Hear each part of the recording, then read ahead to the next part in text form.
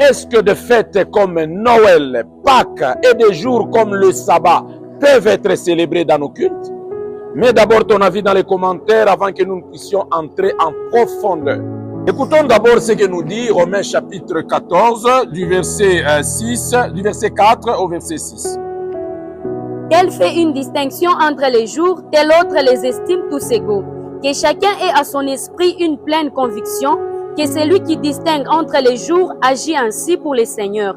Celui qui mange, c'est pour les seigneurs qu'il mange, car il rend grâce à Dieu. Celui qui ne mange pas, c'est pour les seigneurs qu'il ne mange pas, et il rend grâce à Dieu. Le premier point qu'on vient de remarquer dans cette écriture, c'est que le chrétien a une certaine liberté. Il peut ou ne pas fêter, et quand il veut. Ça, c'est individuellement. Maintenant, il y a une question qu'on peut se poser. Est-ce que cette liberté, on peut l'amener même dans la célébration de nos cultes? Non, non, la Bible dit que nos cultes doivent être rendus à Dieu en esprit et en vérité. C'est-à-dire, nous devons tout faire, conduit par le Saint-Esprit et selon les recommandations du Seigneur. Prenons par exemple le cas de Noël. Une fête jamais recommandée par le Seigneur, jamais célébrée par les apôtres, apparue au IVe siècle, ensemble avec la Trinité, pour célébrer la fête du roi Soleil. Est-ce qu'une fête pareille peut être incluse dans nos cultes? En ce qui concerne la Pâque, nous allons comprendre aussi que c'est une fête qui ne doit pas appartenir à nos cultes.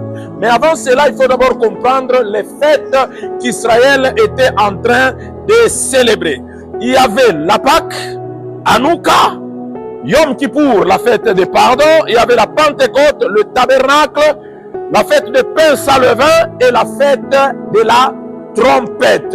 Maintenant, écoutez ce que la Bible est en train de nous dire dans Colossiens chapitre 2 du verset 16 au verset 17 par rapport à toutes ces fêtes qu'Israël était en train de célébrer, entre autres la Pâque.